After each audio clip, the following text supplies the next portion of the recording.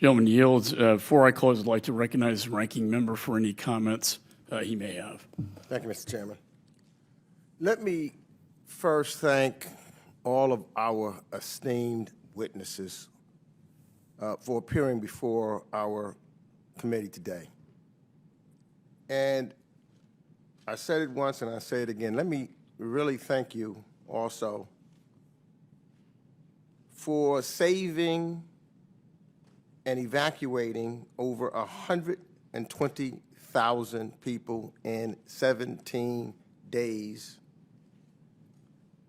under the most difficult conditions imaginable in a complex and dangerous environment thousands of miles away.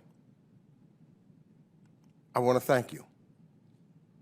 There were successes in this evacuation, and there were mistakes. We need to acknowledge both.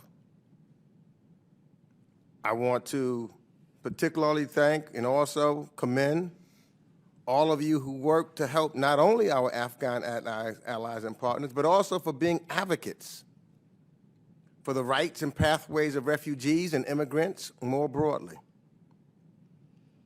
Ms. Mackler, your work in particular, including for coordinating legal services for those impacted by the Muslim ban in my own district at JFK Airport, lays bare how much more work we need to do in Congress to fix our broken immigration system. And as I said in my opening remarks again, extricating ourselves from 2 decades of a quagmire in Afghanistan was always going to be a difficult task. And I believe that we are deluding ourselves if we believe that this could have been as an easy operation given the deteriorating security situation and rapidly changing events on the ground that no one could have predicted. This undertaking was further complicated by sets of policies, and these are just facts, policy decisions made by the previous administration that altered the balance of power in Afghanistan and hindered our ability to honor our commitment to thousands of brave Afghans who stood side by side with us over the course of the past 2 decades. And yes, I must say that I am deeply concerned by some of my colleagues who paint the U.S. withdrawal from Afghanistan with such broad strokes as to divorce the emergency evacuation from those choices and the full context that led up to the events in August 2021. They don't stand, that doesn't happen in a vacuum and by itself.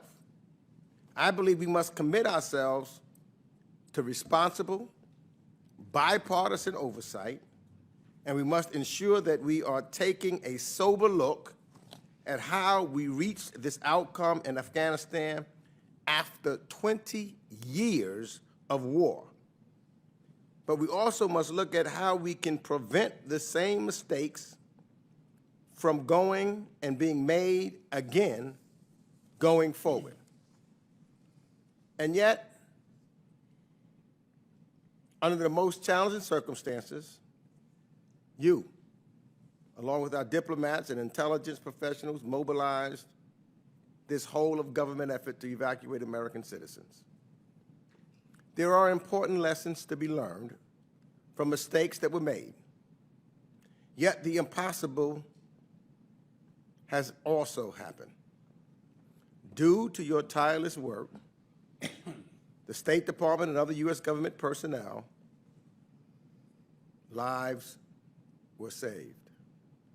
And I couldn't help but feel, as I said in the beginning, when I think of all, and I think we need to recognize and honor all 2,461 members of the United States military that lost their lives during this 20 years of war. And as I close and yield back, I just want to, because I just was reflecting, ask unanimous consent, being a member from New York, I just wanted to put in the record the names of the 112 members of the United States military that lost their lives in this war that came from my state of New York. To the Gold Star families here, and to those that may be listening, to those that I have met and talked to in regards to the 20 years, including the evacuation, my heart, my prayers, my soul reaches out to you. And those of us that sits in the United States Congress, we also take the responsibility that we have to pass the legislation that we need to do to make sure that this does not happen again.